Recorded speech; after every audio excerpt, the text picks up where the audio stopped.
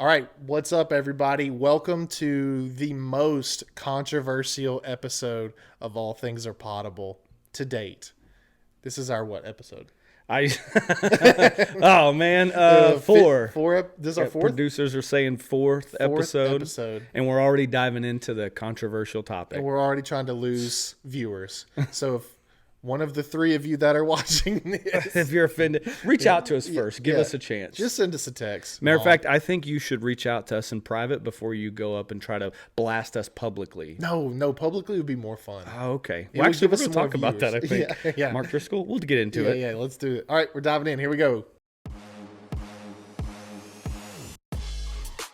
All right, what's up, everybody? Thanks for tuning in again. We can't believe you're still watching. Let's actually see. I'm not gonna I'm not gonna say it out loud unless it's good. Uh-oh. I'll see how many viewers we actually got. Okay, subscribers or whatever? Is that what you... Oh, actually, bro, we have more viewers on our third one than our second one. I think the third one's my favorite episode so far. Really? Well, yeah, because the church stories, some of that stuff is fun. Yeah, that was fun. Which we could do a whole episode on again. We've got some more stuff that we'll surely cover, but And our first episode was more than double in the third epised. I feel like that was folks coming in with high expectations. And then being like, I don't think it was a good ride, but I don't think I'm gonna ride it again. Done. I listened to your podcast. Yeah, it was so mid. Well, today, guys, we are going to dive into some controversial topics.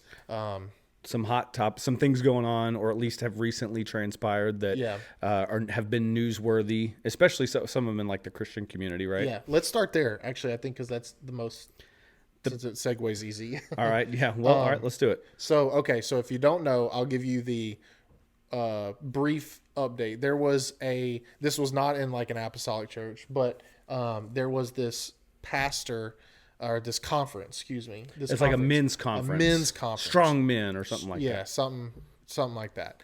And this, they have this conference every year, and every year they do something very, like, did you see the promo they did for it? No. There was like monster trucks. I've seen them do stuff. They've done tanks. Yeah, tank, a boxing match. They did a boxing match at this men's conference, and it like opens up the conference or whatever. So, and it's, again, I'm talking like mega church level stuff, obviously. Looks tank. Like, are they in an arena or is that their... They have to be. Okay. Yeah, I think I don't think it's their, because I went back and watched the midweek service where the pastor addresses the controversy that we're going to get into. Different location? It's a different location. Okay. Yeah, it's a different location. So anyways, the Stronger Men's Conference, and this host pastor hires... Lindell. Yes. I don't remember his first name. John Lindell? Sure. Okay. If that's wrong, sorry, John. We know you're listening. He hires this opening act, and it is one of those guys. You've probably seen it on like America's Got Talent. Or I think he's been on Britain's Got Talent. Okay. So he hires this guy, and he's one of these guys who swallows a sword. Sword swallowing Chinese acrobat. Canceled. Yeah. He puts this pole on the ground, and it's stable, and he like climbs the pole, but he's like doing it sideways, like, holding that, and upper body strength that I have never had. Yeah, I can barely get up off this couch, and then he swallows a sword. At some point, the sword. Yeah, at some point, he takes a saber and sticks it down his gullet. So this is all going on, and we watch. Could you imagine if we opened up a TLC service with that kind of a hype event? TLC would be closed the next day. What is going? What happened? Yeah, we don't have church here anymore. So we'll get through what all happened, and then we'll come back. So this happens. I'm just giving you the facts.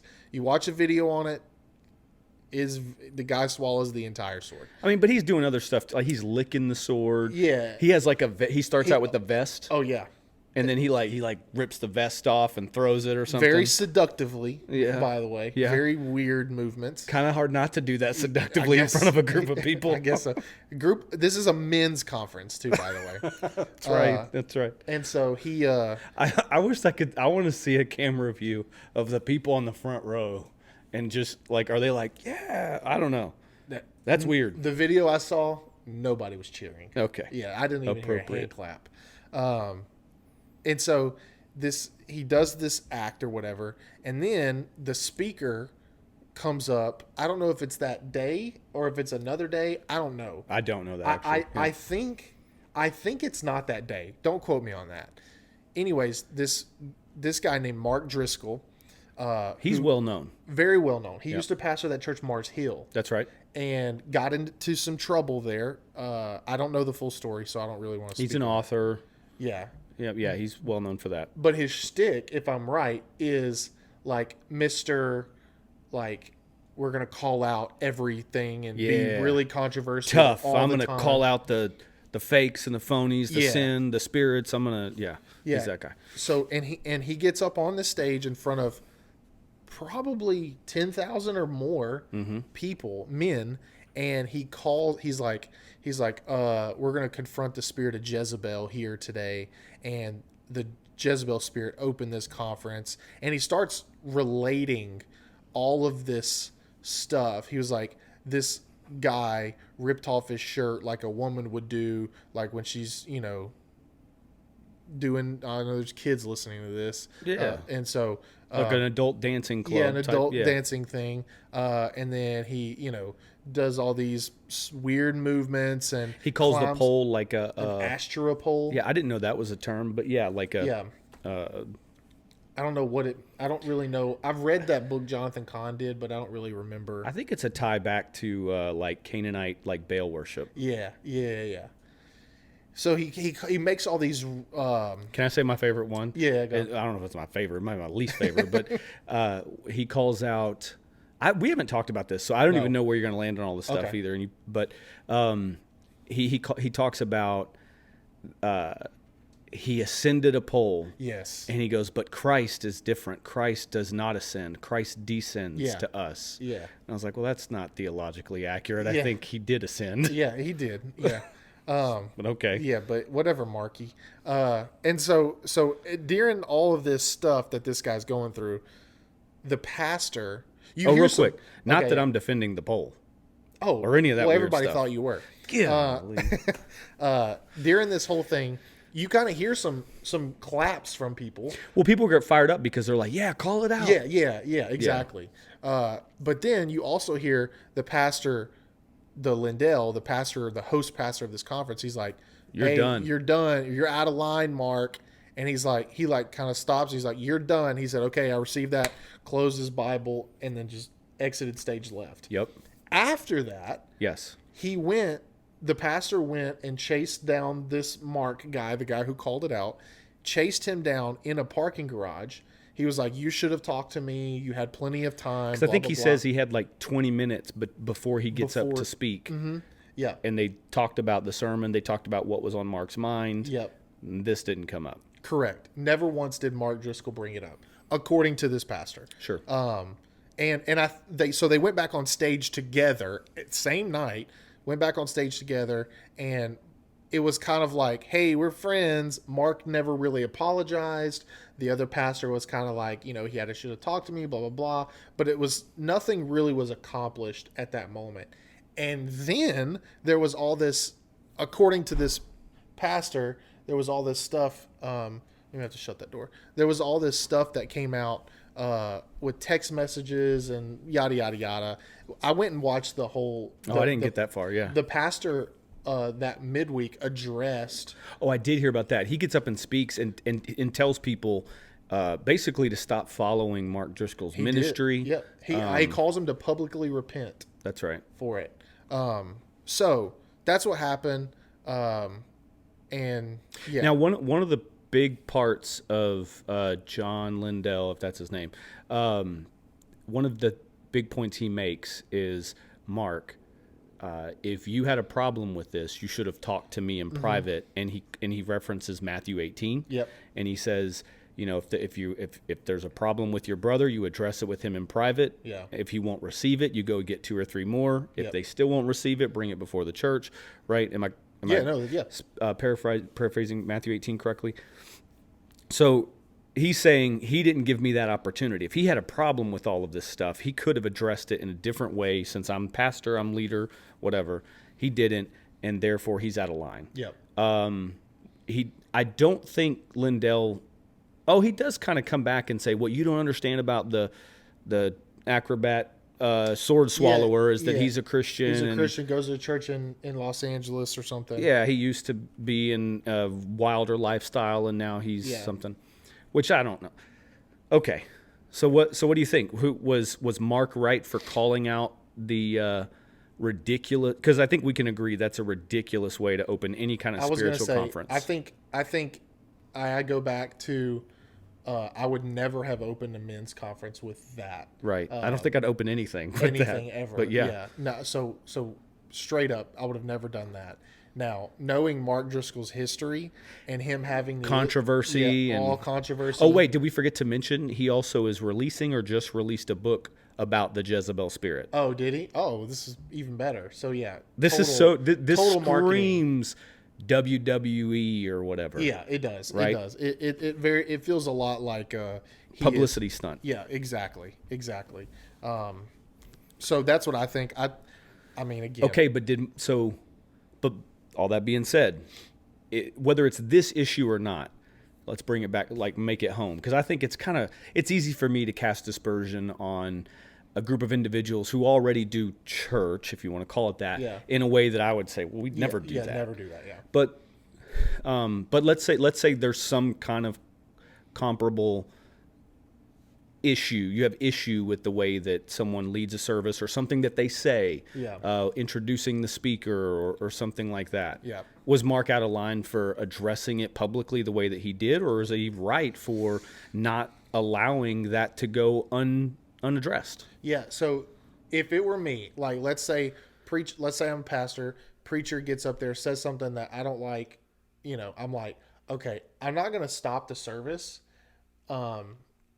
Unless he's like completely like doctrinal error, like completely off base. And I have been in a service where something like that, something similar, doctrinal error happened. Okay, and the pastor still didn't stop the service, which I agree with. I kind of would have been like, yeah, all right, we should be spiritually mature enough to know, okay, like we're gonna just flow past this. Went past it. Service was over, and I think it was the next day or whatever, and it was like in a prayer room setting where the whole the core of the church was there, and then they were like, hey, listen, this happened, I'm sorry this happened, this is what we believe, this doesn't reflect, this was a mistake, yada yada yada. And I think that's how I would handle it. Way more graceful. Yes, more graceful, and you're not killing everything that the guy said before that, right? And again, with this Mark Driscoll thing, I don't know, whatever. But I'm just talking about in our circumstance. I wouldn't be like, because the guy probably said some good things, and you don't want to discount everything he said or attack his character by getting up there and being like, yes, I can't believe you said this, that, and the other, and right. Publicly shame somebody when their intent was probably fine. Now his intent, Mark Driscoll's, I don't know. But. Sure, it does feel like there's a lot of like, fruit of the bad tree, like a lot of like that wasn't handled well, and then they didn't handle the result of that well. Like it feels like that everything just went off the rails. Yeah.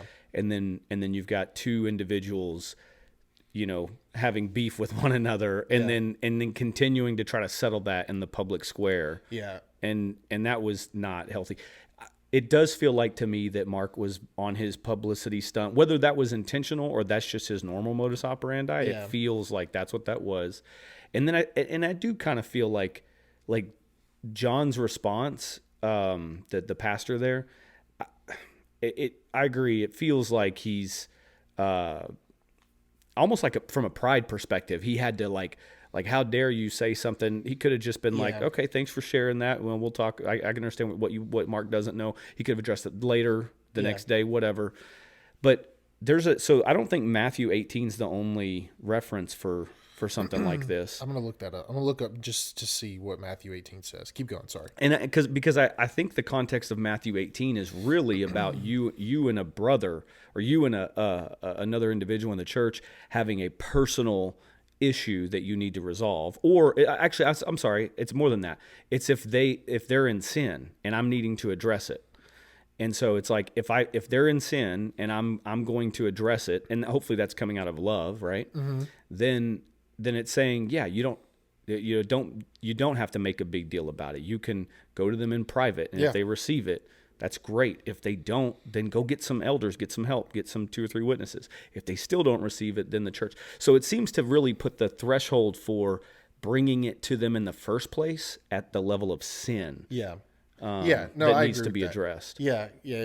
I don't disagree with that. But I think a more appropriate passage might be, and here's where I fault John a little bit, is I think it's in Galatians, maybe 2 or 3, where Paul is talking about his interaction with Peter, and he says that there was basically calls out his hypocrisy. Yeah, right. With the Jews and the Gentiles, and he says that he did it to his face in a group of individuals, and so Peter's anointed, Paul's anointed. It seems like they both had to be comfortable with that, but we all still don't handle things. We're not always perfect. Right. So there had to be some humility on both sides. Yeah. And 2, I mean, those guys had next level relationships with Jesus too. You know what I mean? Yes. Like I don't think they lived in the spirit of offense that this world today lives in. And they already had real genuine respect for one another. Yeah. And I don't know, you can't, it's kind of hard to say. They may be contemporaries, but you can't say you have respect for somebody if you quickly go to blows over something public. Like that. Yeah, they had real love to be able to have a conversation and be like, no, like you're wrong. And the other person had to be like, but part of me thinks, did Peter already know he was wrong? Do you think like he already was like, I feel like maybe I'm being a little bit whatever. Right. And then Paul's like, yeah, you're kind of doing this, dude. And he's like, yeah, I'm going to have to call you on it. Yeah, you're right. But it feels like in that scenario, that was there was a toxic church culture thing going on with the separation of the Jews and Gentiles. Yeah. And Paul saw Peter leaning into that or going along with that and said, this is not, number one, it's not right. But now that it's one thing, but now you being the church leader that you are. Yeah. And I'm not saying it says all that in the text, but I'm wondering if that's part of the motive to say, I need to address this. Because from what I can tell, Paul seems to relate to, now he's the writer, but Paul seems, and it's anointed because it's scripture. Paul seems to say that he did it in a public way. Yeah. I think I remember that. Like they were eating, and that's what it was. And he was like, "Yeah, I'm gonna go ahead and address this." And so it feels like there is a place. Everything's not Matthew 18. Do it in private. Sometimes it's like, we're out of line here. This isn't right. Matthew 18 is do it in private on one occasion. Right. The other 2 are technically, I mean, no longer private. They're no longer one-on-one. Right. You know. And it talks about, so I have it pulled up here just so we make sure we stay legit. Yes. And this is ESV. Okay, I'm going to find Galatians 2. You reading Matthew? Okay. Yeah, okay. 15. Matthew 18, verse 15, excuse me. If your brother sins against you, go and tell him his fault between you and him alone. See, that's where we have a lot of problems. We want to talk to everybody else. Yep. Versus one-on-one. Yes. Social media? Yeah, I mean, we can get there in a minute. Oof. But if he listens to you, you have gained your brother. Win. Big win. That's right. But if he does not listen, take 1 or 2 others along with you.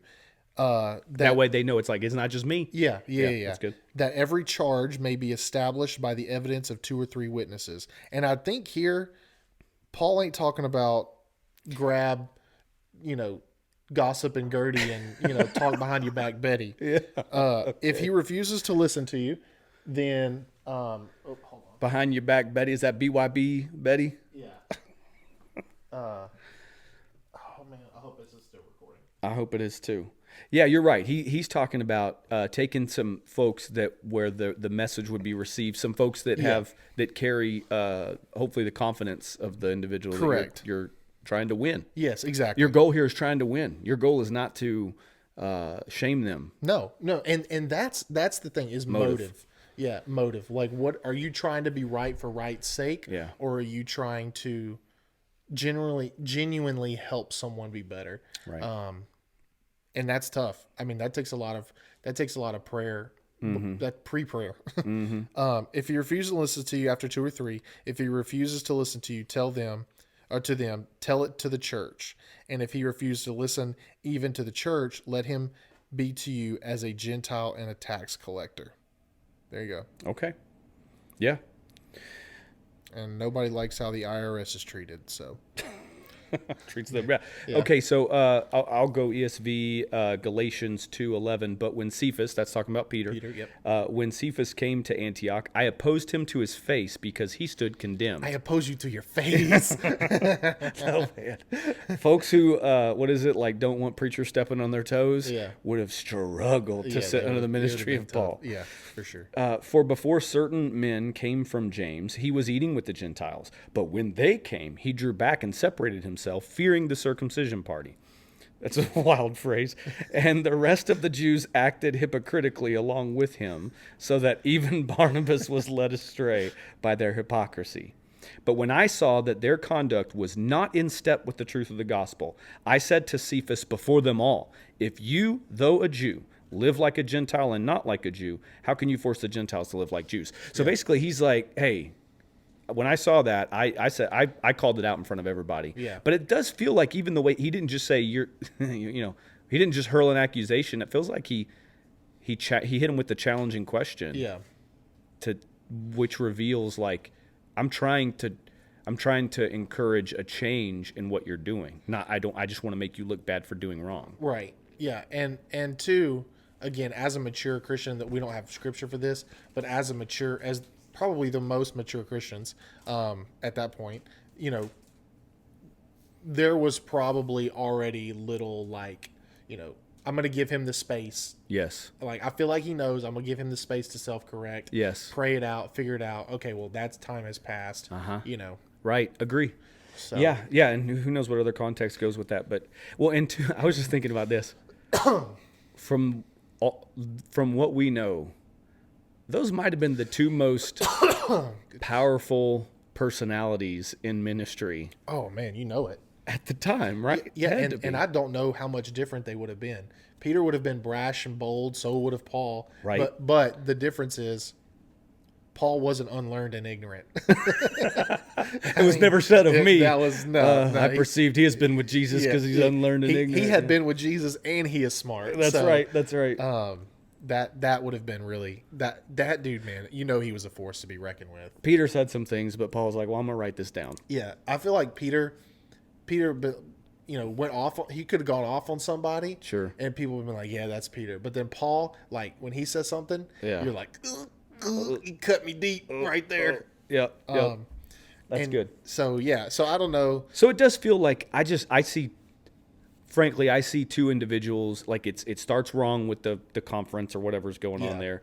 And then two... Yeah, mistake one. Mistake two, maybe not having a conversation. If they really were brothers and they really were committed to a better outcome, they would talk. That didn't happen. The public addressing on Mark's part, but then maybe even the public kind of call down feels like it came from a place of pride from John, and I feel like that's confirmed with the way that he continued to go from there to say everybody stop following this guy. And he called him to publicly repent, which if you go listen to that service that they had, if you go listen, his call to publicly repent felt very whiny to me. It felt, I don't know. It felt very. It did feel like you hurt me. You were wrong. Correct. I don't like how you handled this, and I think you need to say you're sorry in front of everybody and admit that you were the wrong party, not me. Because everybody in our Christian circle seems to be talking about who's wrong, and it'd be better if you would just admit it. Yeah. That's what it felt like. And that guy will never be like, I never should have opened a conference like this.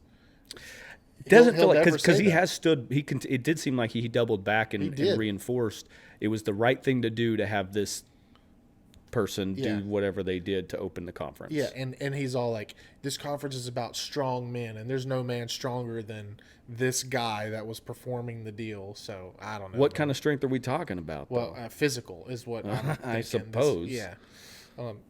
So I don't know, man. It's kind of crazy. And then did you see the whole thing about another controversy? Again, we're diving in deep to controversy.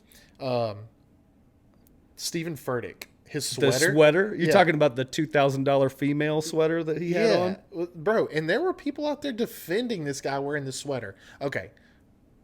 First of all, I don't really care what Stephen Furtick wears. I could give two cares about that guy. Like, I mean, I heard a joke about this, and I had to Google it. I'm like, why do we... He already dresses like a knucklehead half the time. What is the deal? Yeah. Because he's got that mega church kind of personality. Correct. He's trying to, whatever. Yeah. I should have got up there today with my Star Wars hoodie. Yeah, I think that's May fine. the 4th be with you and all that. Hey, I saw a really quick side. I saw the most ridiculous, corny, and kind of on point meme. Okay. It was May the 4th be with you, but then it was a picture of the fourth man in the fire. Oh. May the 4th be with you. Oversaved. It was a Christian. Oversaved.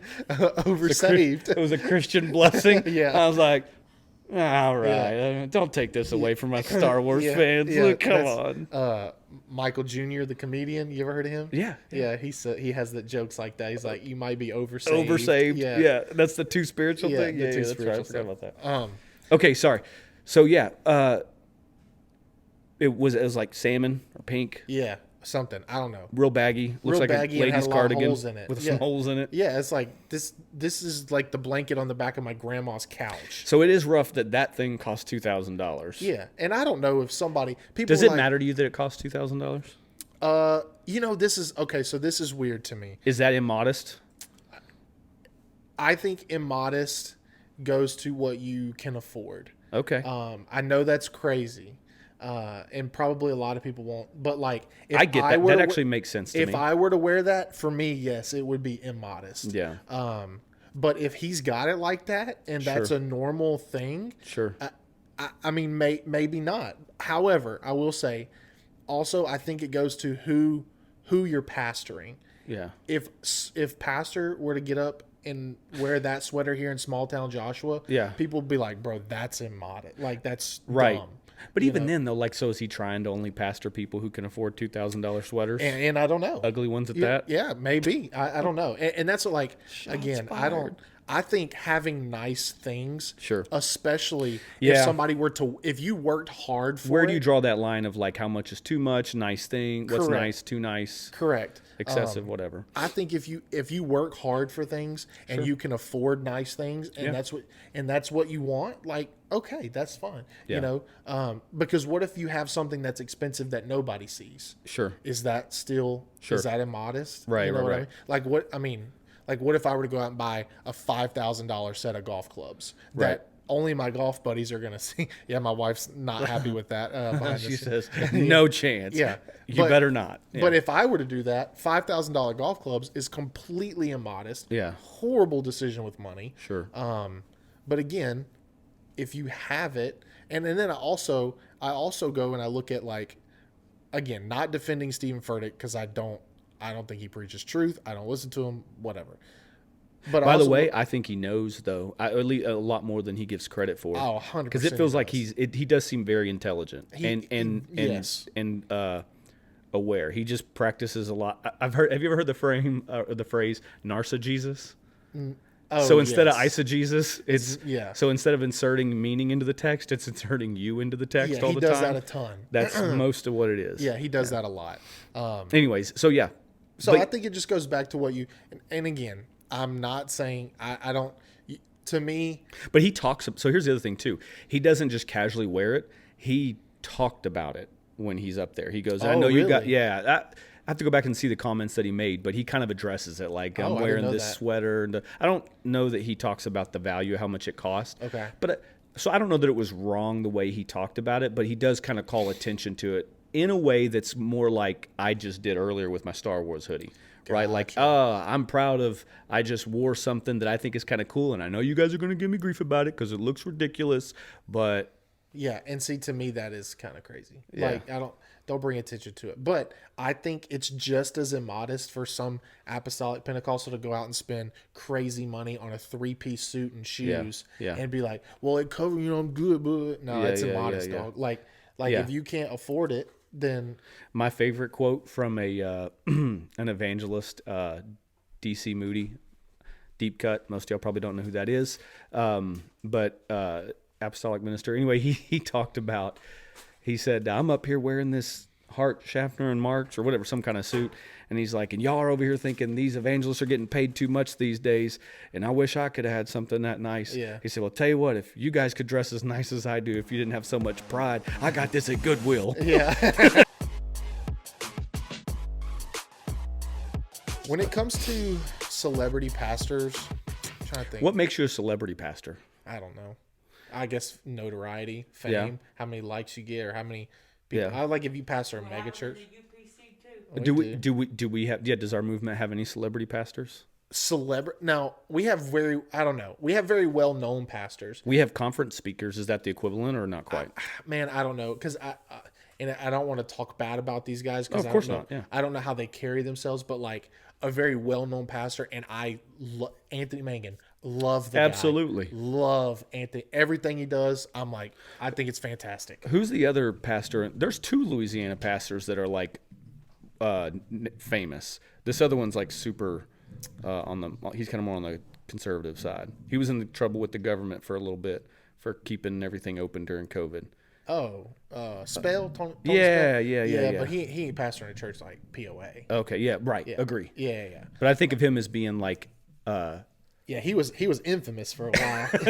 Maybe that's the term. Yeah, he was infamous. I just think of him like there's a good amount of notoriety even outside of his circle, what you would think could be his circle of influence. I would say. That's it. Maybe it's that.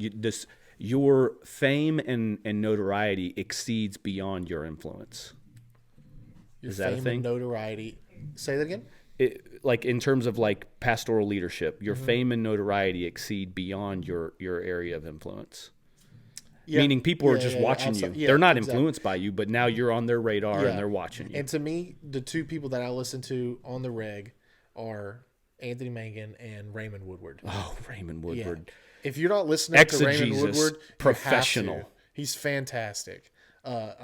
Just a phenomenal teacher of the word. Excellent teacher of the word. And great preacher, all that good stuff. And very nice. I've met the guy a couple times. So nice. And that's the thing. He feels like one of those guys where I would love to say I shook his hand. Yeah. There's not, I let people talk about meeting celebrities. For the most part, don't care. Yeah. But there's a few folks that you're like, what a amazing individual. Be nice to just meet him and tell him. Yeah. And just tell him what he's meant to you or whatever. Yeah. I totally agree.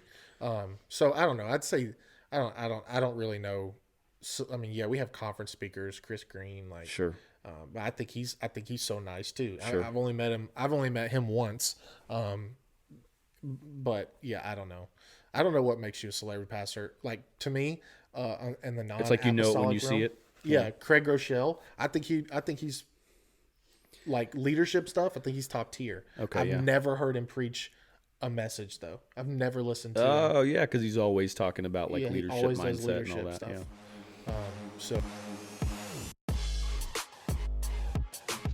and we're back. All right, had a quick break. Yeah, sorry about that. We had to change up, or not change up. Had to get some food and then get a drink.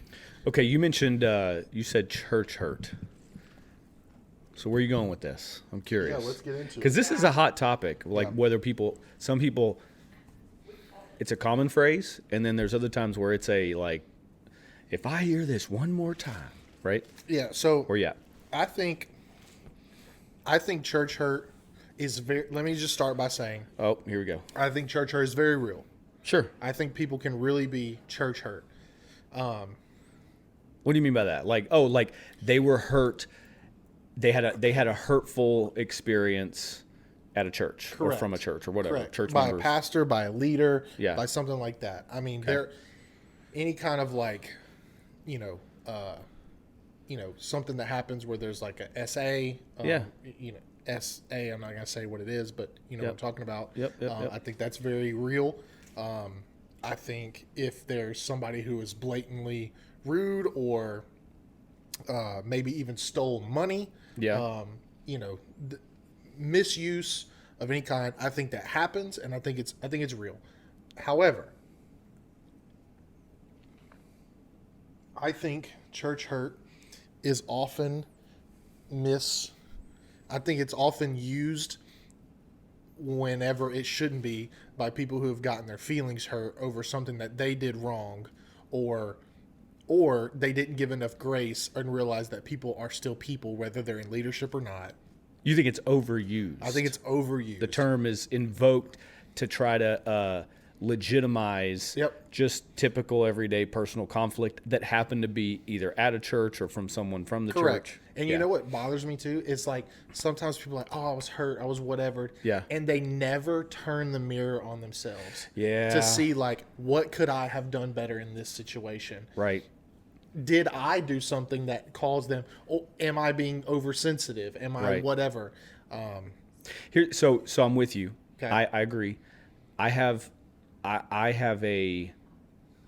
am frustrated when I hear people belittle it in teaching. And it's not that they're wrong. It's that you're guilty of the same thing in an inverse way. Okay. Because you are making light of someone else's experience that you can't possibly know the totality of. Correct. I don't disagree with that. You know what I mean? So I've heard it, and I don't disagree with, like, intellectually these concepts make sense. We don't call it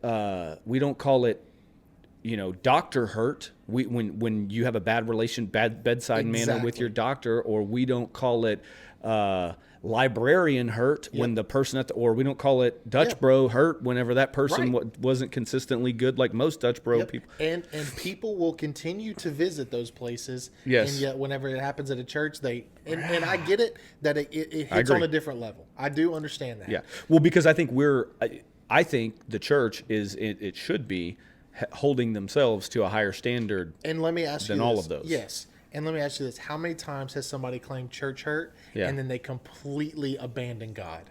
So okay, I think that's the problem. That is the problem, and that's what I'm talking about. No matter what your excuse is, like church hurt is not a better excuse than the other things that you could have said.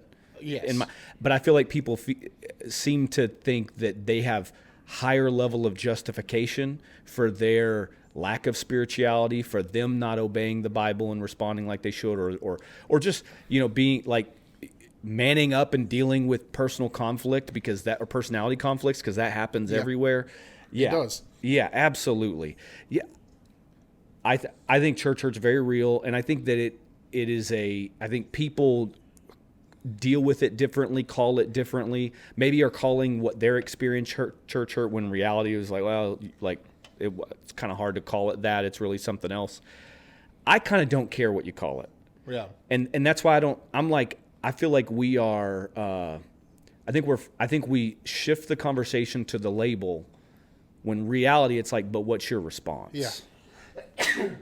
Because if the thing that you're talking about really is some heinous failure of leadership in the church context or something like that, that is tragic.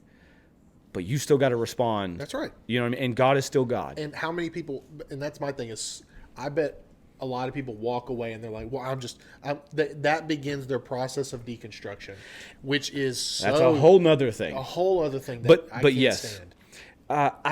I feel like that. So I think that I don't love the belittling of. But let me if they call it that, I don't like. That's fine. Yeah, but let me ask you this. But you still, you know what I mean. So go ahead. Yeah. I don't believe in belittling it either. Yeah. But I also don't believe making mountains out of molehills. Yeah, or coddling it. Correct. Yeah. So no, that's right. There has to be something like, well, they. Oh, and by belittling it, I mean in a general context. Okay. Yeah, you're speaking to a conference full of thousands of people, and your message to that conference is your church hurt is lame. Yeah, it's like, exactly. No, totally agree. Be careful, dude. Because here's my problem: is that some folks will hear that and say, "Oh, so you're like it feels like, especially people who don't know the church, it feels like you're saying, I'm on the side of the institution, Yep. no matter what you as an individual say. Yes. And it's like, wait, what? The church was never meant to be about us as an institution having our own backs. Right. That's nothing but a community of believers, which is individuals. Yes. So, yeah, so that's where so when I say like belittling it, I mean like in a generic context, I'm like, why? You're basically fighting a label. Yeah. Yeah. That's like trying to write a complaint letter to Walmart. Right. Yeah. So, and I don't think it accomplishes anything. And at best, it closes the door. Some folks are going to hear that and they're going to be like, oh, okay, I see how it is. Yeah. Again, the culture taking its own back, and it doesn't matter what my situation is.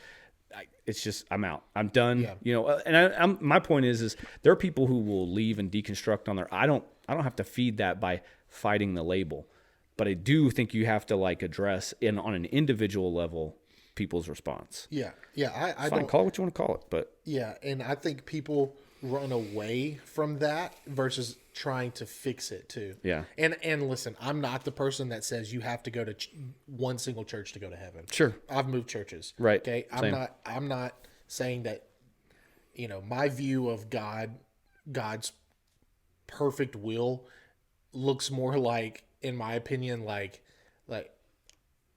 I don't think I don't want to. Can I say it another way? Yeah. This is me. When I say that the church hurt thing, like people like belittling, making a big deal of it, I kind of roll my eyes a little bit. I think of it this way. Like, let's say you got a deathly peanut allergy and you're like, hey, I'm allergic to peanuts. And I'm like, here's another millennial allergic to peanuts. Right. We all know I'm kind of joking. And we're like making light of like, it seems like everybody's got a thing now. Right. But at the same time, like maybe it really is death to you. And so to me, it's like I think it's a cheap, easy talking point today to be like, church hurt, that's lame, everybody's got church hurt, because you're not wrong. Everybody is using that label because it seems to legitimize their carnality, but you're taking a swing at like an easy low-hanging piece of fruit. I mix metaphors and see, there. I think the way that you're like the things that you're hearing, I'm not hearing it that way. Oh man, okay. I'm not hearing people belittling it. I'm hearing it being made into something way more than it really is. I think we hear two sides of so. People like wrestling for legitimacy in terms of how their label is being portrayed. Yeah, exactly. Yeah, that makes sense. I hear it like it's the only thing that's happening. Yeah. Like people are only, I've only because on a been personal hurt by level, you church. hear that too, right? Like somebody's like, oh, we had to get out of there because of church hurt. And there's a little party that's like, oh boy. Yeah, Like, exactly. Could be legit, or could be this person's just about to, it's never their fault. It's always somebody else. Correct. Yeah. Correct. Yeah. So I don't know. Did I surprise you by not coming off like hard on it? Cause like, you know what I mean? Like I have seen that, especially it's in ministry forums the most that I think we are jaded by that term, because we hear it and are like, I know that it's a real thing, but I also know that it's an overused term. Mm-hmm. That's where I think folks are like, callous, jaded, callous to the use of the term. Yeah. And I think I think in general, people are sissies today. 100%. Yes. That is exactly right. I really like, and I try to say that in the nicest way possible. Yeah. And I have been easily offended. Yeah. Can't take correction. Need everyone to cater to their preferences. Yep. Yeah. Can't take correction. Is a huge problem today. Yeah. Speaking of preferences, I saw the coolest thing. I saw somebody, like business corporations, a lot of times, controversial, want you to put like your pronouns in parentheses after your name or in your signature.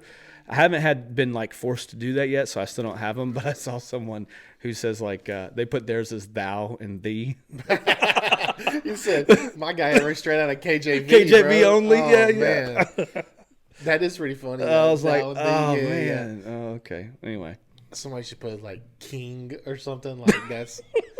You refer to me as king and sir. I was on a call, a work call, and someone put in parentheses the department that they were in. Okay. And someone took issue with that.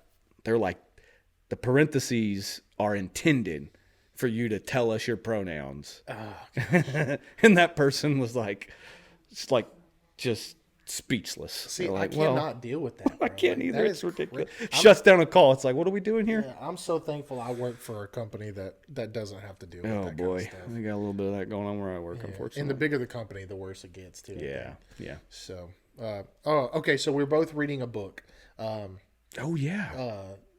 This has been really crazy. I think you finished it, right? Hey, can we come back to controversy? Because I got another bone to pick. Let's go. This is getting lame. Some people are probably tired of this. Yeah, probably. We'd love to hear what some controversy is from you.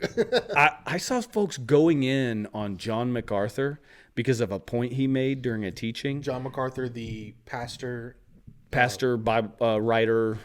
Big during COVID. He kept church going during COVID. Okay. Yeah, he got some trouble for that. But California. Is that where he's at? I think so. Okay, so I was thinking either that or Austin, but same difference. Yeah. So the one thing that, like I'll say on the outset, I'm not saying I agree theologically or in many areas with everything he says. In fact, there's some ways he's kind of went off weird. Yeah, for sure. But there was someone kind of calling out, and this is like in a minister's forum, we're calling out, stay away from this guy. Don't get rid of all his materials. Like basically like ban this guy. We're gonna have a book burning. Yeah, ban this guy because he doesn't even believe in the efficacy of the blood, or whatever. Okay. Like the power is in the blood of Jesus. Did they spell efficacy right? I probably spelled it better than I said it. So I might have nailed it. I don't know. But what they did is call out this concept and then post a video. So I'm like, oh man, that's weird. Why would you say there's like no power in the blood of Jesus? So I watched the video, right? Okay. And it's John MacArthur saying, people are taking issue with me saying that the blood itself was not magical, but Jesus' death on the cross, the shedding of blood, that's where the power is. The power is in the blood because he died.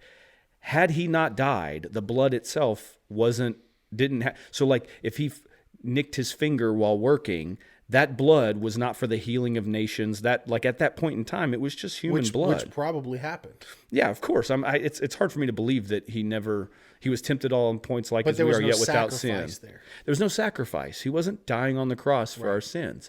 So I actually don't take any. I agree theologically with the point he's making about. I can get on board with that because I think he even made the point that there are folks who say like there are Christians that maybe tried to gather all of his blood and preserve it and then use that blood to like do special miracles and stuff like that. That sounds very Indiana Jones. Yeah, that's weird. Whatever, right? And it's like no. So then I think folks were saying. I think he was alleging that there was an accusation he didn't believe in the power of the blood, and his point was no. When the Bible talks about his blood, because it does over and over again, the Bible talks about the power that's in the blood or the shedding of blood, but it's in the context of his death. Okay. It's not right. Like when the Bible addresses the blood of Jesus, it's talking about the sacrifice, the blood that even with Cain and Abel, it says the blood still speaks. Right. Yeah. That's right. It's the death. The death. Right. It's not just the bleeding. Yep. So I had no problem with it, and I guess this is where I got a little. I think sometimes folks are too quick to like take issue with those who ain't us, and it's like. I think we can take issue with the areas that they're doctrinally wrong with and not just be too quick to just try to discredit people. Yeah, everything they say, they're like waiting for them to say something and be like, Dr. Pepper's the best Coke. No, Coke is. Right, yeah, right. It's just like, and so I think there's like a verse in Galatians that says that, be careful not to be the type that bite and devour one another because you could be consumed. Yeah. And it's like, I think there's something there that like, don't get caught up in that headspace of, like you just always feel like you gotta like oh here's another error for, like I don't know just like don't focus your energy on all that. Where there's error, call it out, or where there's doctrinal differences. I don't know. It felt like it's not the right kind of focus for us, and in some ways it makes us look petty. Yeah. Whenever we're picking fights over things that's not even what they said. Like we're not busy enough. Yeah. That's the way I see it. I'm like, you don't have anything else to do. Right. And as if we don't have more significant differences that we could be talking about. True. Yeah. Like that's not even it. Yeah. It's about like baptism in Jesus' name. It's about full immersion. It's about what repentance really means. Like it's the things that really matter, not that. And two, I often wonder how many people, when they hear somebody that doesn't believe those things, that they just immediately shut off anything else they have to say. Yeah. They're like, nope, can't hear anything because we don't agree on 3 things. Right. They can't teach me anything. Yeah, they can't teach me. Well, buddy, I don't think that's true. Yeah, good stuff. Yeah. Okay, sorry, I just had to get that one off my chest. What was I going to talk about before? A book. Yeah, dude. So this book we've been reading. It is called The Anxious Generation. The Anxious Generation. Fantastic read, by the way. Or like me, audio here too. Audio book. I heard something recently that extroverts do better with audiobooks than they do reading a book because the stimulus of listening is more engaging to their brain, and they don't get exhausted as fast. Whereas an introvert maybe has a harder time, maybe even listening. I just heard that. Yeah, it was interesting. Anyway, so audiobook for me too. Yeah, and so this is it's like talking about how your phone and like how this generation, because they were raised on iPhones, that they are more likely to have anxiety and depression. Yeah. And then it goes into a lot of different things. A lot of study, a lot of graph, a lot of detail. Yeah, a lot of it. But one thing that I really, really like is he talks about the power of risky play. Oh, yeah. When you're a kid. Like going out and playing on the playground with the chance to fall off the monkey bars. That's good. Or going out and staying, out later than the street lights or whatever, going out and doing whatever. Kids don't do that today. Eldridge's Wild at Heart talks about that too. And they don't. And it seems like it doesn't allow us to develop that risk-taking, bold, courageous, and resilient part of our character. That's it. The resiliency, I think, is like when they face a problem, they're like, well, I can handle this because I've been in some junk before. And stuff doesn't always go the way you want it to when you're climbing trees, jumping ramps, whatever you're doing, right? Yeah, exactly. That's been a big thing that I've liked. I think that what jumped out to me, when he started talking about, the author started talking about social media and the how difficult it is as a parent to try to stem the tide of the need to be involved on social networks and things like that. And before I read this book and even after going through this book, it just made me feel like I wish I would have waited a little bit longer on some stuff. Okay. Because it feels like it creates this idea of and Caden's not like on Instagram, Facebook, and all that stuff, but just having all of that. It talked about additional pressure that comes with being available and having a phone, like having that additional responsibility and ability to connect rather than being bored and learning how to work through that. Big fan of being bored. But being bored's a good thing. It is. Boredom breeds creativity. It does. It breeds creativity. I think it sets an expectation for life. Yeah. That you don't have to be going all the time and being stimulated all the time. Yeah. You can a prayer meeting doesn't have to be like, if it's not on fire, then I can't pray. Right. Well, that's not. That's not. It ain't always going to be like that. No, it's not. No.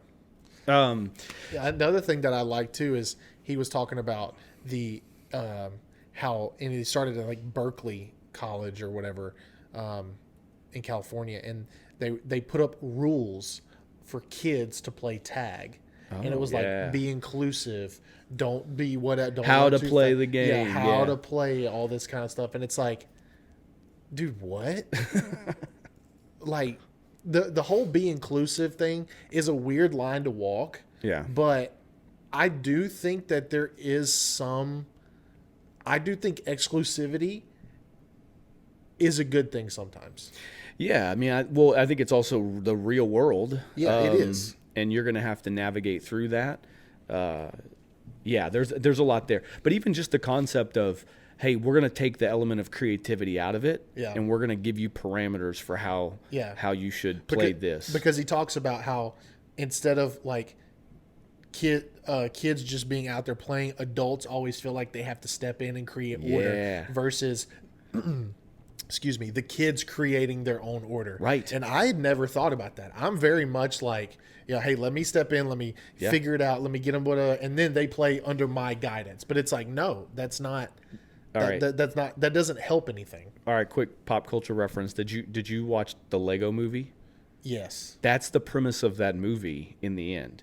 It's the idea that the kid just wants to play with Legos and use their own creativity. Yeah. But the bad guy, who I think Lord is like Business. Yeah. I forgot. I didn't know the name. So it's been a while since I've seen it. But those movies are hysterical. Well, they're great. Yeah. They're funny. Everything is awesome. We'll get fantastic. It's good. That's all right. That song gets stuck in my head. That everything is awesome. Yeah. But yeah, the whole point of the Craggle, which is really just crazy glue, was the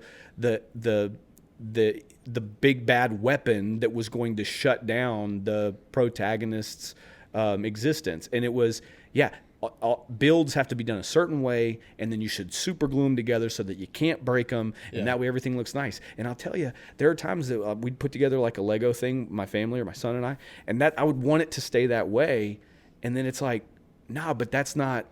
Yeah, was that the intent? Yeah, like at that point, I just made like a relic to sit up on the shelf, versus a toy to continue to, for him to play with and goof. And so. Yeah, so the whole point of that movie, I think, or at least a big part of it, is, man, let kids be kids and let creativity grow. Let them experiment with stuff. Let them figure out how to do it. And because like Lego, that's a pretty safe way to do it. So let them try stuff there. Yeah. And I could think, and again, maybe that's why we have such a generation that is the way it is, obviously. But I mean, you talk to some of these older folks, and how like.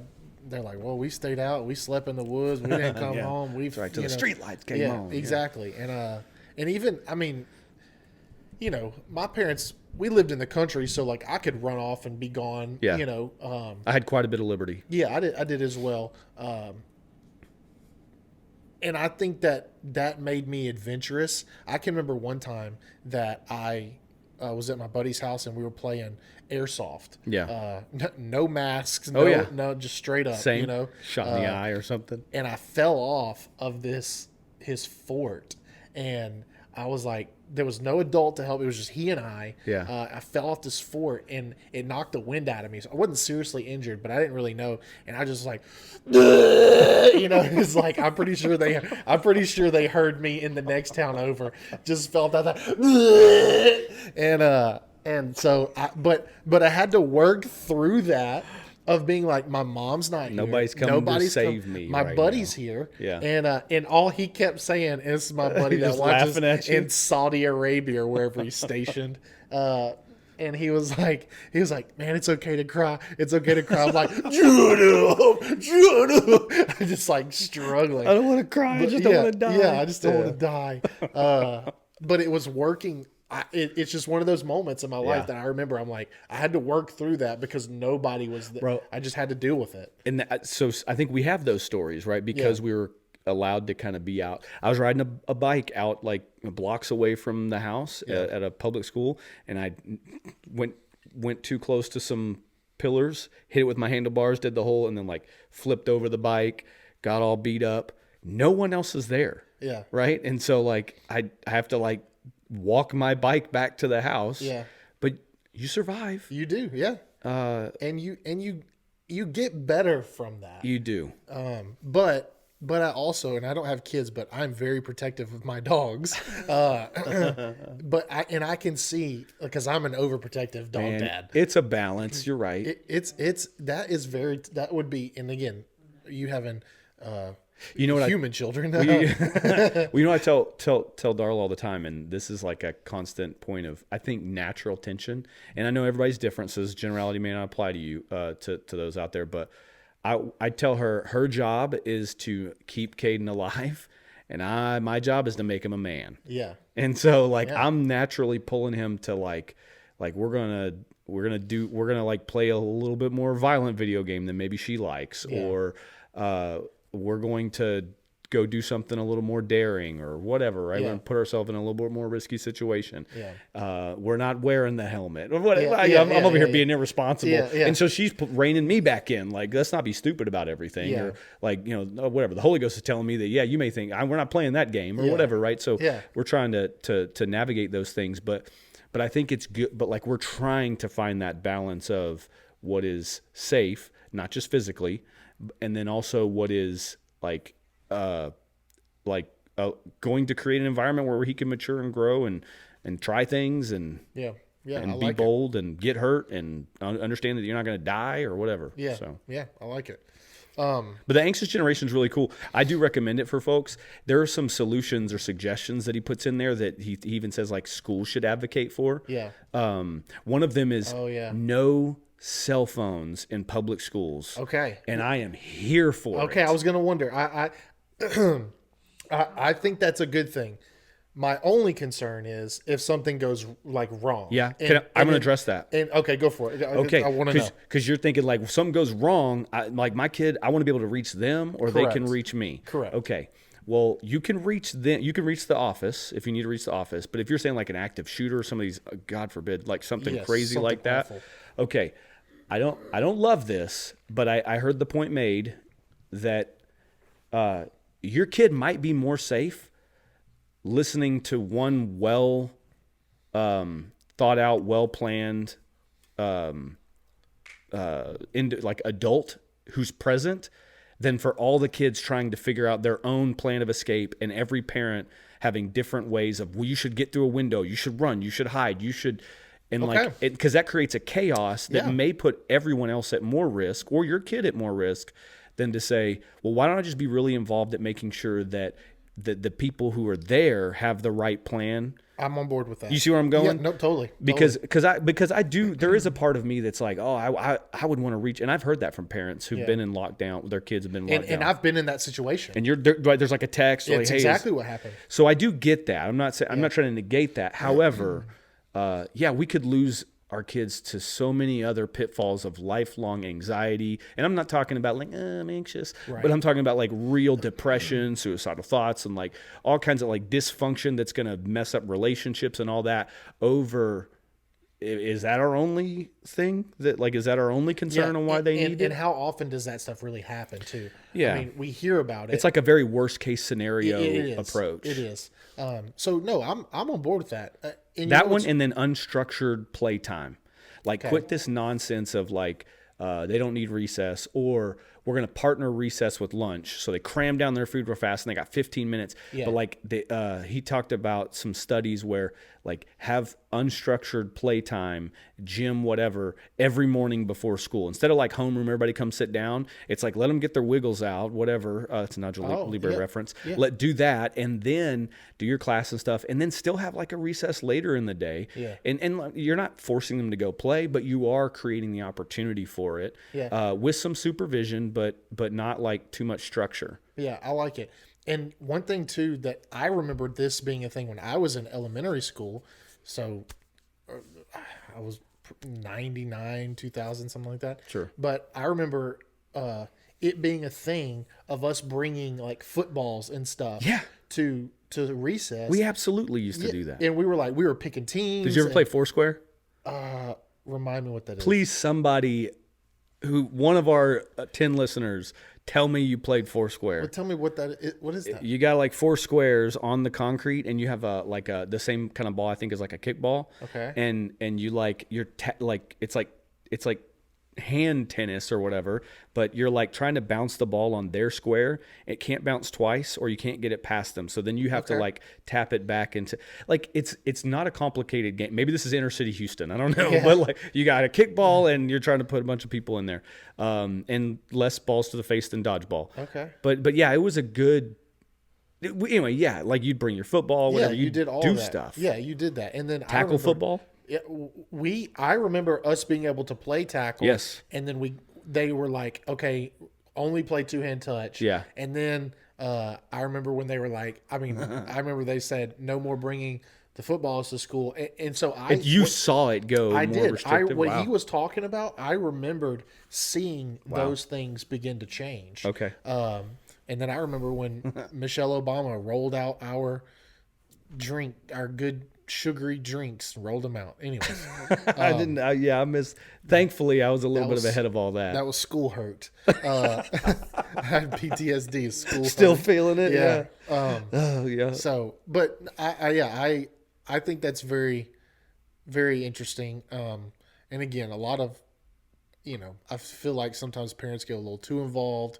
Sometimes parents aren't involved enough. Like, for sure. It's a weird balance, man. But like even just seeing the data on, it doesn't matter what country you're in, because a lot of people say this generation struggles because we had 9/11, and then there's been the economic uncertainty, and then there's been and I think everybody's had stuff though. Yeah, but I know this is gonna sound crazy. Like 9/11 was pretty tragic, but like I don't think about it every day. I mean, I was in high school, and I remember like I was a freshman, I think, somewhere around there, and I remember saying, but yeah, you're right. Yeah.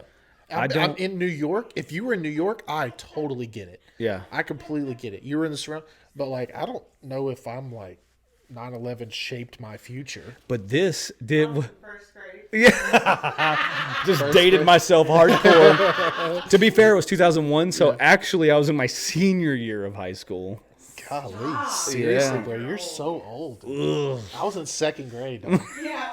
Second grade. I do remember that day though. They put us in lockdown. Yeah. And nobody knew what was going on. But President George Bush flew into Barksdale, which is in Shreveport, which is an hour and a half from where I grew up.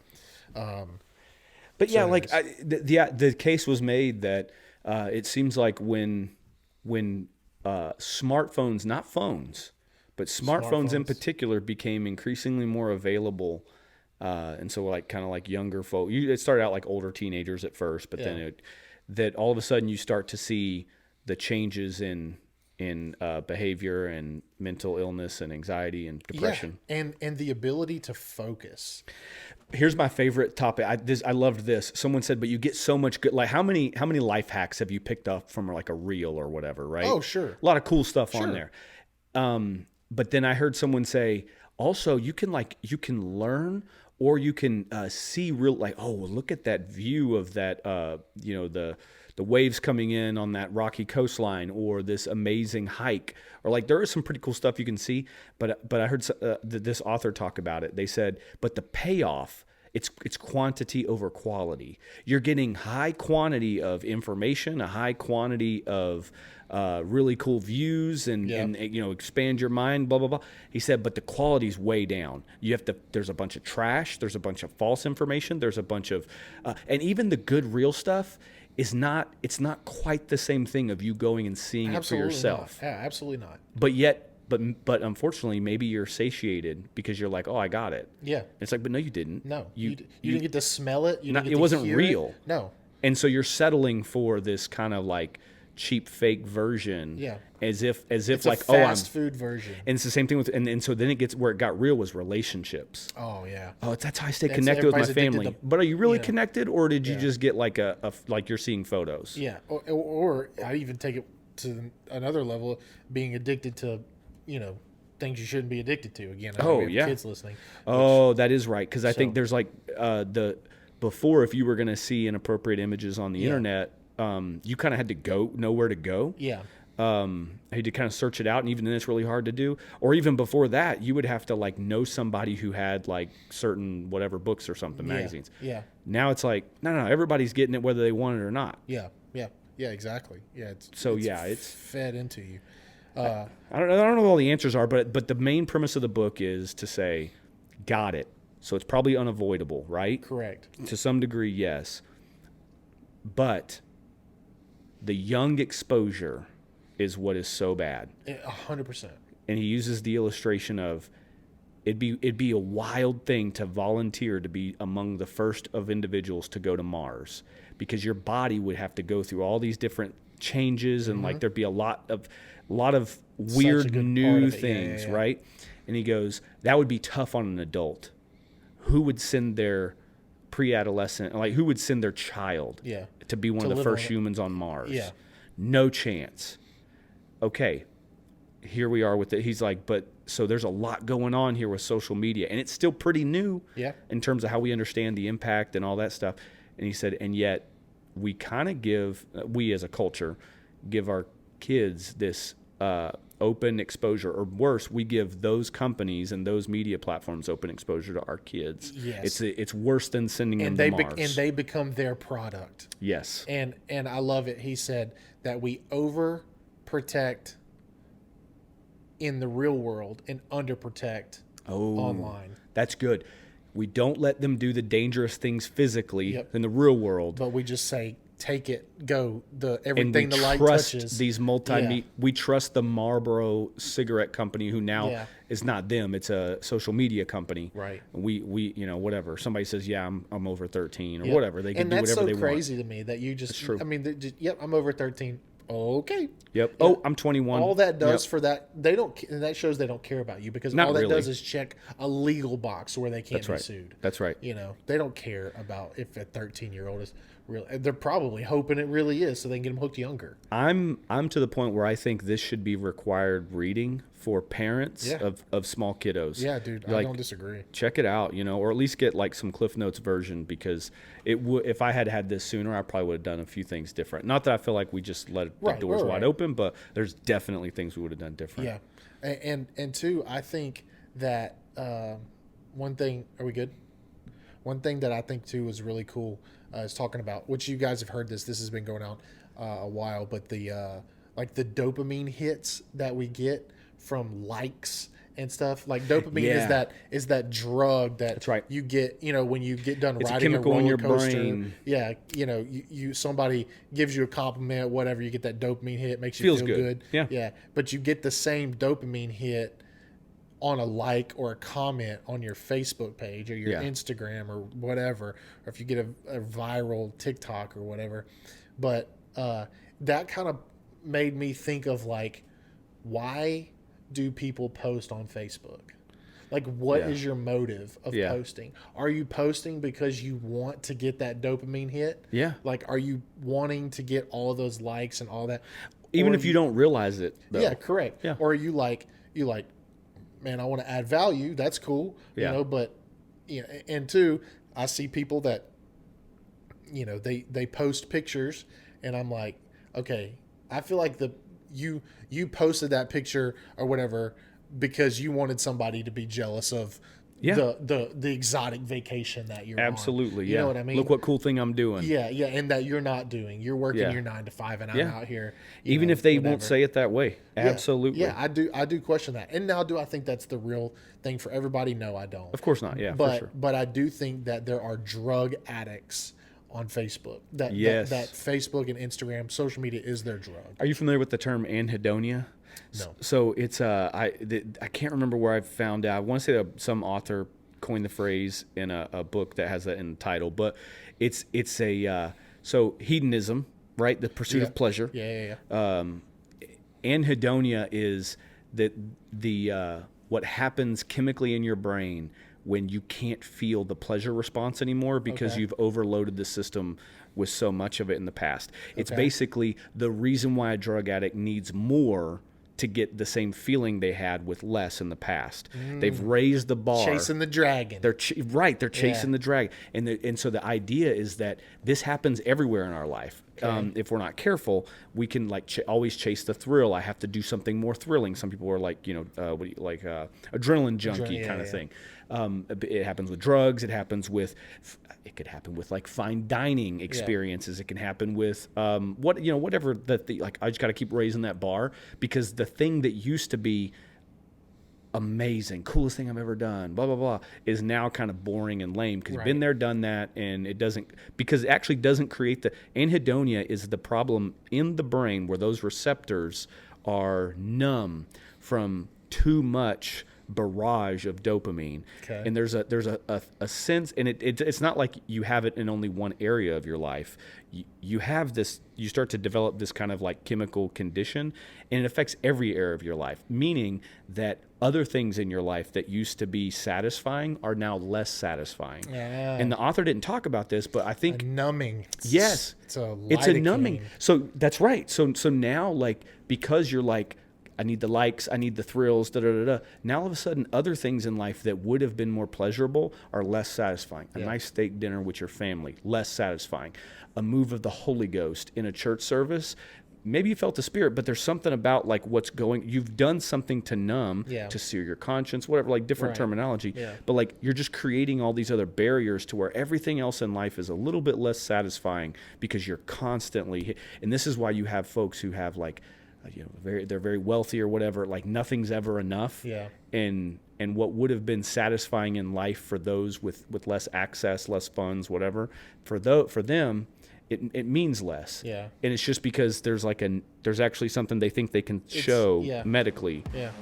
Anhedonia. Yeah. Anyway. Anhedonia. Okay. All right. So with all the talk of, we've been pretty serious. Can we talk about that? That's what I'm about to bring it back to some fun stuff. I'm about to bring it back to some fun stuff. Okay, I was over here thinking, and I think since we talk about risky play and like kind of pushing the boundaries, let's do another draft. Oh. Okay. All right, I'm not ready, but I'm ready. No, I'm not ready either. This is off the cuff. Okay. All right, here we go. Another draft, but let's do action heroes. Okay. Action heroes, no superheroes. Wait. Okay. An action hero, but no superheroes. Action heroes. So they can't have superpowers. Okay. Iron Man, Batman. Iron Man doesn't have any superpowers. Okay, nerd. Neither does Batman. The first two that you named. Batman the first two you named had no superpowers. You're taking you're a fun sucker. Oh, yeah. So they need to be not fictional. Well, that's gonna be fun. So, my dad. Yeah. But by the way, you guys are wearing the same clothes today. Let's talk about that. My dad and I both show up to church, not even knowing that we own the same shirt, wearing the same. Yeah. Frank looked like a G. You did. Yeah. Well, okay. I get it from him. So, all right. So, draft of action heroes. All right. Okay. All right.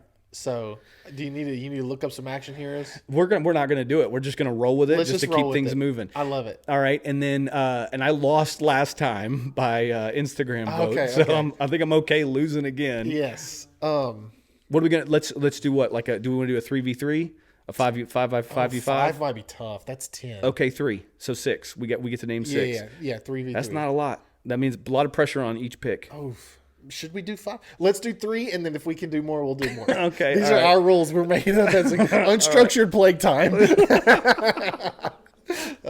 And by the way, before we do this, just to give us some more time to think, shout out to Emerson Holly. Our guy is on every episode. Emerson, thank you for being our number one fan, dude. Yes, sir. Appreciate you. And also thank you to Jonathan and Leah for having to listen to us and then listening to it back again as Emerson repeats the whole episode to you. Way to go, parents are like, let me check those two guys, see what dumb stuff they say before I let them. And also we'll say hi to Everly and we'll say hi to Emerson. Easton. I already said hi to Emerson. We'll say hi to Easton as well. So love you guys. Thanks. Nice shout out. Okay, so by the way, I get a huge dopamine hit whenever someone comes up and they're like, I actually listened to it. Dude, I know. I'm like, really? Whoa, really? Yeah. That's all. And then they're like, well, the first half. Yeah, I'm like, all right, I'll take it. Yeah.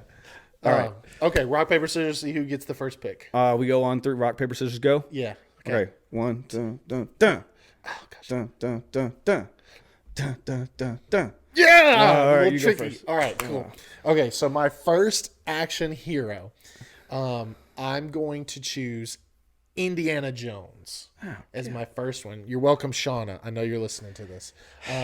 Indiana Jones, childhood hero of mine. Okay. Loved it. I liked all of them. Hot take, I liked Kingdom of the Crystal Skull, and I liked the new one. I know I like Indiana Jones. Yeah. Smart, action hero, funny as well. Yep. So Indiana Jones, my first pick. Whew. He can solve the puzzles that my team is going to have to solve. You know what I mean? Yeah. All right, he's great. I like it. Man, okay. I guess I can't wear anything. No Star Wars stuff because that feels. I don't know. Maybe we'll come back to that. Okay. Well, in that vein, let me go with. I'm gonna go James Bond. Oh. So that's got to be good one, right? Looks good in a suit. Yeah. Knows how to handle himself. Yeah. Knows how to handle himself. Got a good team behind him, and seems to just overcome. Yeah, that's a good one, man. Okay. All right. So you gotta. I'm gonna go the opposite of James Bond. Oh, okay. I'm gonna go Rambo. John Rambo. Okay. All right. Yeah, I think he good in all environments. Vietnam vet. He could take you out in the woods of the hill country and backwoods, wherever he was, where he was fighting Brian Denny and his police force, or he can take you on in Burma. He can win anywhere. He can take you out with a M60 or a bow and arrow. I like John it. Rambo, welcome to the team. I like that you know anything about Rambo. Dude, First Blood, one of the greatest movies ever. I don't know if I've even seen it. What? I mean, maybe, I guess. What? Yeah. Oh, bro. Okay. Yeah, that came out maybe like when your parents were kids. Bro, I watched a lot of 80s movies growing up. A lot of 80s movies. Oh, that's great. Okay. Well then, so maybe this doesn't feel very creative, but I don't know how you pick Rambo over Rocky. Oh, because Rocky doesn't know how to use guns. But go ahead. Sure, but he's good with his fist, but I'm going to shoot him before he gets here. Wait, are they fighting each other? Oh, I don't know. Is that what our teams are doing? I don't know what we're doing. Wait, is he an action hero, though? Is that what you said this was? I feel like he doesn't have superpowers, so he fell into the category. I'm going with Rocky. I feel like he's representing the U.S. So if we are fighting and we got into a sanctioned boxing match, I'll tell you what, Rocky'd be losing at first. Yeah, at first. But I'm telling you right now, he'd look good falling down, but he would get back up. He'd find a way. Oh man. All right. Let's keep it moving. Okay. I got Rocky. Okay, maybe we should do 5.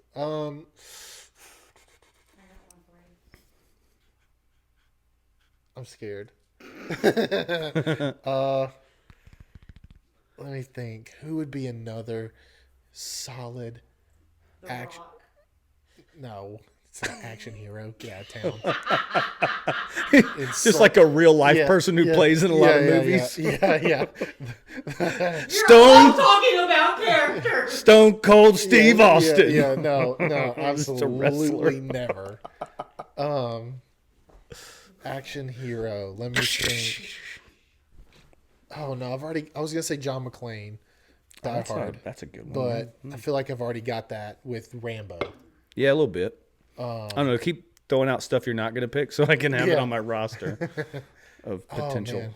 No more wrestlers if you need help with that. Yeah, we don't need any WWE help.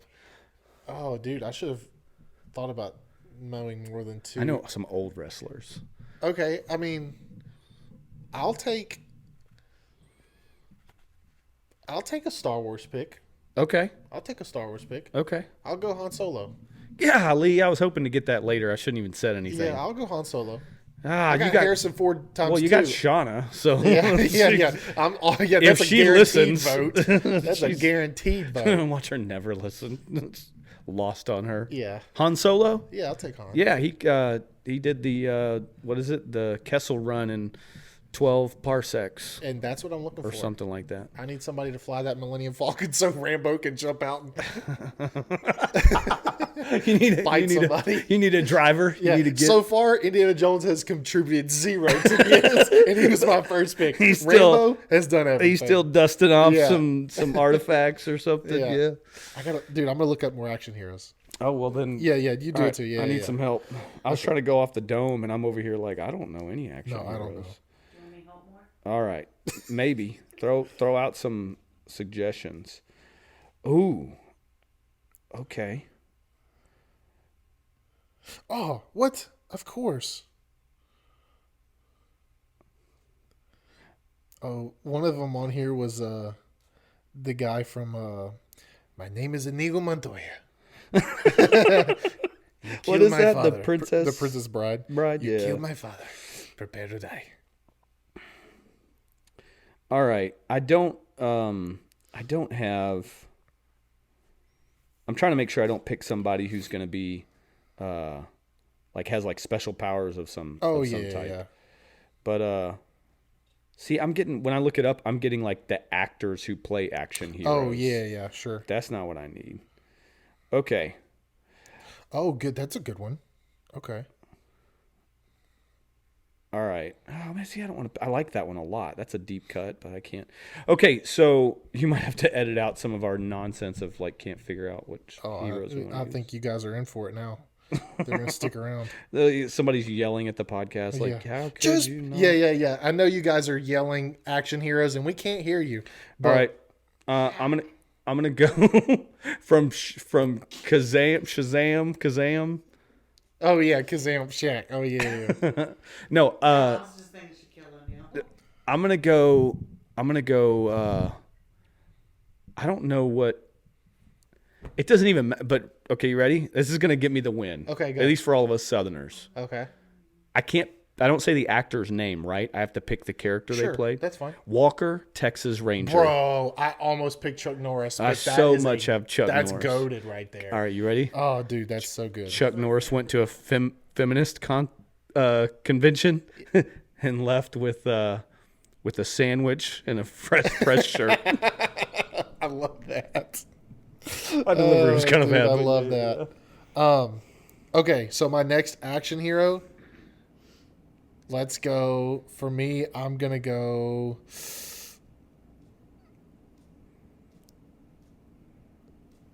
I'm going to go Jason Bourne. Oh, okay. So that's Jason Bourne. Matt Damon. Yeah. That's a solid pick. Yeah, Jason Bourne. He has a counterpart that I would have picked. However, I just was like, nah, I'm not going to. Were you going to go Ethan Hunt? Yeah. Yeah, Ethan Hunt was on my maybe I'll still wind up I've got a sleeper pick though. Picking him. Do you? I've got a sleeper pick. How many have we done? 4? No, 3? Well, you've done 3. I've done no, you've done 4. I've done 4. And I've done 3. I just did Jason Bourne. Yeah. Okay. All right. I'm going to go with I have to do this. You ready? Uh-huh. Somebody's gonna have to help me out if I remember the name, but from True Grit, John Wayne's character. Rooster Cogburn? Yes, Cogburn. Yeah, Rooster. Yeah, that's a good one. All right, our producers in the back. Did y'all compile a whole list? No. Jackie Chan. Jackie Chan. Yeah, Jackie Chan's on my list. Jackie Chan. You have to pick a character. Like a character he plays. So like. Mr. Miyagi. No, he wasn't that one. No, he was Mr. Miyagi in the bad one. The new stuff. In the new one. But I would have even picked Pat Morita. That would have been a good sleeper pick as the original Mr. Miyagi. Yeah. Who did you play in Rush Hour? Oh, the Lee, other guy. Lee. Lee. It would have been better if you'd have went coming out of my mouth. It would have been better if you'd have went the Chris Tucker pick. Yeah. Or even the Shanghai Noon Jackie Chan would have been a really good pick. That's okay. It doesn't matter. Pretty sure Walker, Texas Rangers handling that business. Okay, so to recap, I have Indiana Jones, Han Solo, John Rambo, and Jason Bourne. Yes. Okay. I'm trying to touch all the points here. So I have a super spy. I have a war vet. I have a space guy. And I have a puzzle solving, smart, also throws hands and uses a whip and a gun. Deal. Okay. Yeah, whip and a gun. So yes. now I need a swordsman, right? I need a swordsman. Sure. I'm going to go Zorro. No, that was my... Yeah, okay. That's a sleeper pick. That was it? I'm going to go Zorro. It shows up right away when I started searching. I was like, golly. I'm going to go Zorro. Man, was it Mask of Zorro? That's the one... Solid. Antonio Banderas. Yes. Anthony Hopkins was in that movie. Man, what a great movie. All right. So I don't even remember all my You're picks. like an hour and 40 in, by the Oh, okay. Okay, including our little break. Yeah, it is including a break. Okay. Well, I'm gonna go. Okay, so then to recap, then I have started it off with GoldenEye, not GoldenEye. Yeah. That was the pick. Yeah, that's a movie. James Bond. Okay. Went second with Walker Texas Ranger, didn't I? Yep. Oh no, Rocky. Then Walker Texas Ranger. Then who did I just pick? Another Western type dude, Rooster Cogburn. Yep. And then I'm gonna get you. I'm gonna go. See, this is tough. I'm gonna go. That's where I'm going. But I'm trying to pick the right one. Yeah, I'm gonna mess you up. You don't have a swordsman, right? No. I mean, not that you have to, but I'm gonna go Princess Leia Organa. Lame. We're gonna go Star Wars. She's not lame. Lame. And I'm pretty sure my team all of a sudden has somebody who's gonna stand back, plan, and think, and strategize. When I don't know where your strategy's coming from. Oh yeah, Jason Bourne. Yeah. I mean, really? Brian doesn't know. Yeah, Jason Bourne, and probably a little bit from Indiana Jones. And also, if you would have seen First Blood, you would know he's known for his war room strategy. Yeah. I feel like he kind of planned off the cuff, but from what I remember. Yeah. But yeah. Okay, so you had James Bond, Rooster Cogburn, Walker Texas Ranger. Yep. What was your other? And then who? Rocky, that's the one I was missing. And then you just picked Princess Leia. I was trying to bring a strong female character in here. Well, I wasn't. Well, obviously. I'm trying to win. I'm just kidding. It's a joke. He's like, Caitlin Clark, who? Yeah. Lame. Honorable mentions here, John Wick. Yeah, honorable mention. I'm not a fan. Yeah. Also, Jack Sparrow. That would have been a good one. Honorable mention there. I think he has the Force, though. Does he? He's the luckiest pirate alive. Oh, true.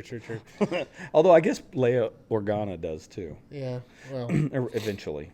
Well, guys, appreciate you listening. Sorry we were so serious this time. Hey, did you have a goofy story that you just had to get my reaction to? Oh, yeah, I did. And we can close with that? Yeah. Okay. Good, crazy story, really quick. So the other night, I'm laying in bed, and our power goes off. Yeah. Just for a second, though. Okay, yeah. Just for a second. And, like when your power goes off, like we have a box fan and all the, like our fireplace, it's electric. It like, oh no, my power doesn't go out. Can't hide money. Yeah. You pay the bills. Our power surged for just a second, so our fan went off. There was some things that beep. Our vacuum cleaner, which is a vacuum, whatever, you have to charge it, and it goes starts charging. So when your power goes out, it's like starts charging. Everything starts talking. Everything starts going crazy, and so it wakes me up middle of the night, and I'm like, all right, cool. So I'm like going back to sleep, and you're in that weird state of being awake but also being asleep. Yeah. And dude, I'm laying there. And I'm not even kidding. Something grabs my foot and jerks. And I like, and my feet like shrink up into myself, like I absolutely turtle shell.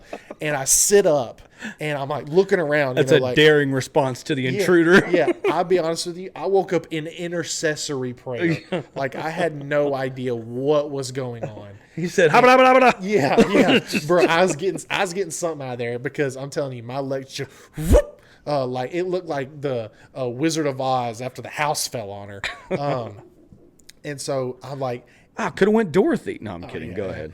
So I'm sitting there and I'm looking around. I'm like, I'm wondering if that even really happened because I had no idea. Okay. If that was even real life. Wait, because did you just like go right back to sleep?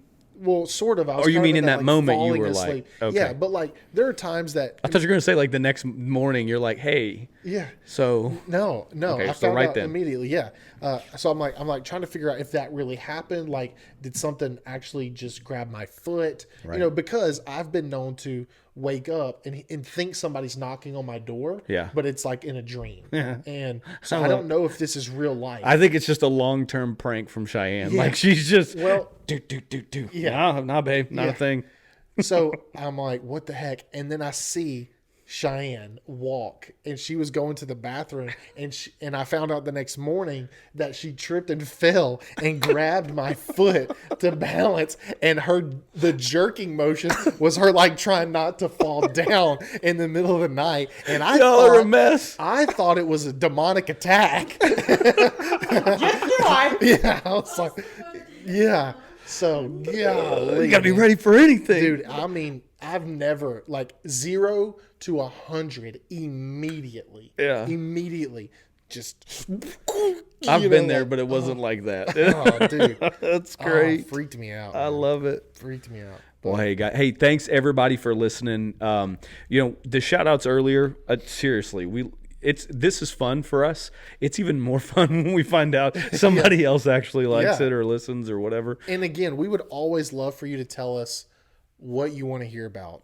Again, not that we're experts on anything, but it is fun to have some topics, that we can cover for you. Yeah, sound off in the comments. Shout out to Preston. Last time we did like a draft, he kind of called us out like, here's things I would have picked or whatever. Yeah. And so we just love that kind of interaction. I would love to see your 5 in the comments and watch it. Like every person who throws down a list of 5 is like, oh, it's better than our list. Oh gosh, I expect it. Yeah, 100%.